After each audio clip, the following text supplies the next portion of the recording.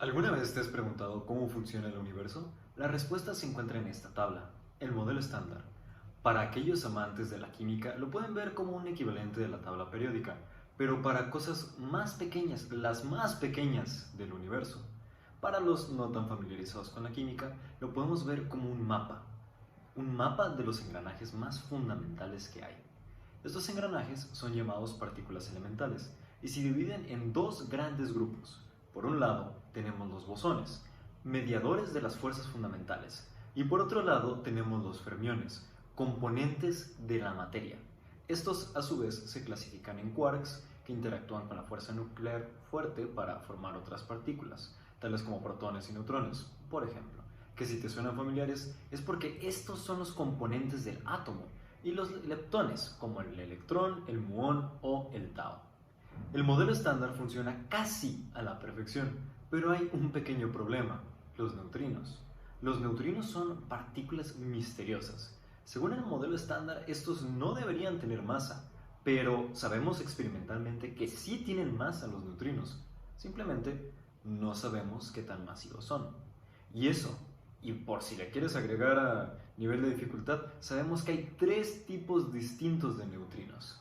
Estudiarlos ha sido un desafío, ya que los neutrinos no interactúan con el electromagnetismo ni con la fuerza nuclear fuerte.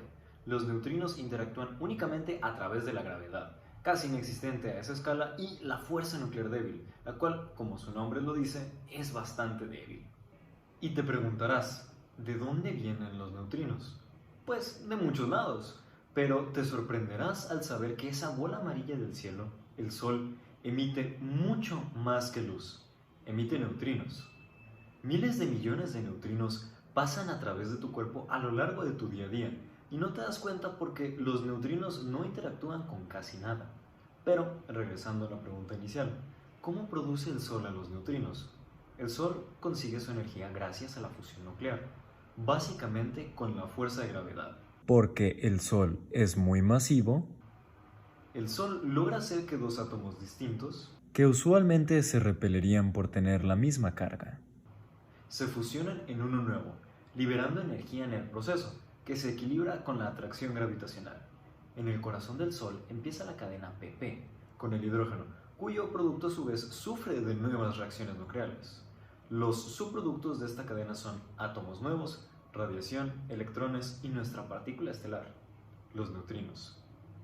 En 1968, Ray Davis logró detectar neutrinos por primera vez, un gran logro que le ganó el premio Nobel, pero también le ganó controversia, ya que detectó tan solo una tercera parte de los neutrinos que John Bacall había predicho que provendrían del Sol.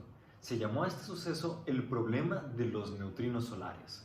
Este problema se volvió más relevante cuando otros experimentos detectaron también solo un tercio de los neutrinos esperados.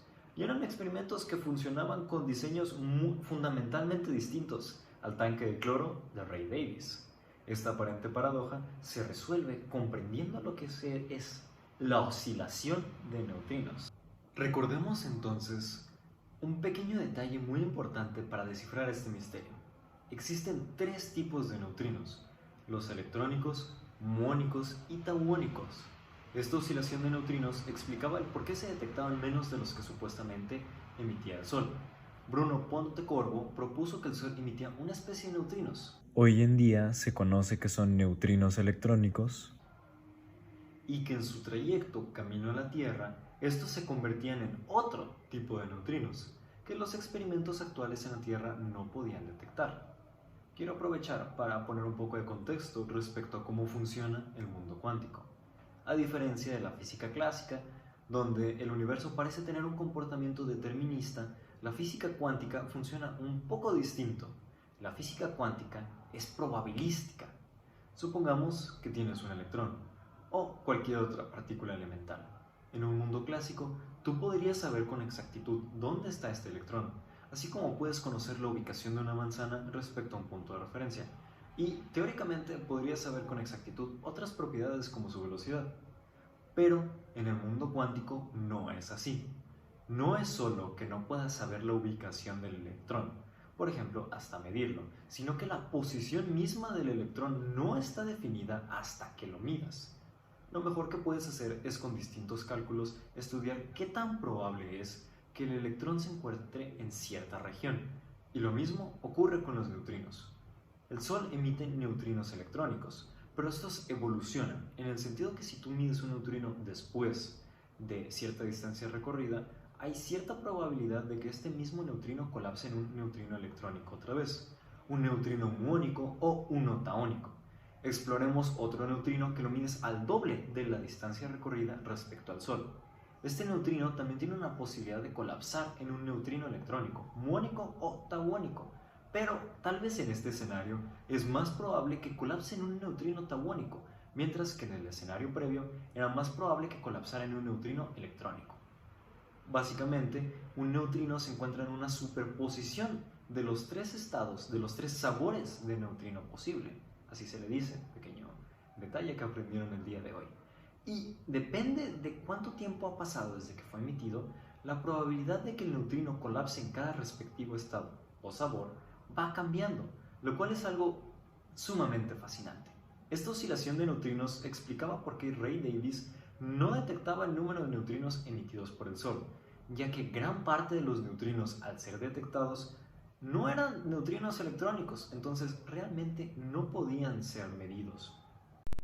Anteriormente se dijo que los neutrinos son partículas muy difíciles de detectar, pero esto no significa que sean imposibles.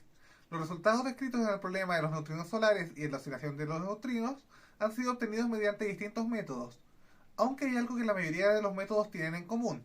Como los neutrinos interactúan muy ocasionalmente con la materia, mediante la fuerza nuclear débil para ser precisos, estos detectores deben ser muy grandes. Otra cosa es que también comparten la mayoría es que deben estar bajo tierra para así aislar los detectores de otras fuentes de neutrinos como los rayos cósmicos, reactores nucleares, aceleradores de partículas, entre muchas otras fuentes de radiación. El primer método usado para detectar neutrinos se realizó en la mina de oro de Homestake en 1968. Se llenó un tanque de 380 metros cúbicos de tetracloroetileno, el cual es rico en cloro, a 1478 metros bajo tierra.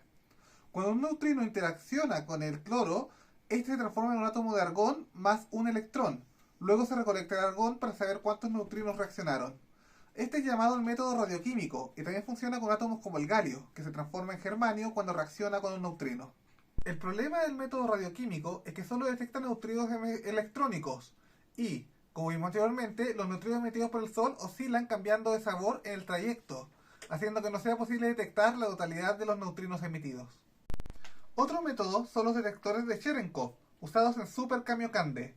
Y a diferencia del anterior, es sensible a los neutrinos electrónicos, muónicos y tau.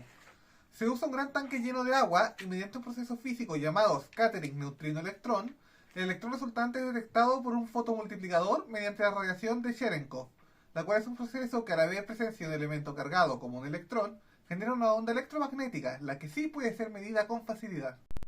En el Sudbury Neutrino Observatory, o SNO para abreviar, se usó un tanque lleno de agua pesada. Esto porque el agua pesada permite dos reacciones adicionales al scattering de electrones, lo que permite medir por separado el flujo de neutrinos electrónicos y el flujo de neutrinos total. La investigación de neutrinos a través de los años ha permitido refinar nuestro modelo estándar y con eso el entendimiento de cuerpos celestes como nuestra estrella o distantes y brillantes supernovas.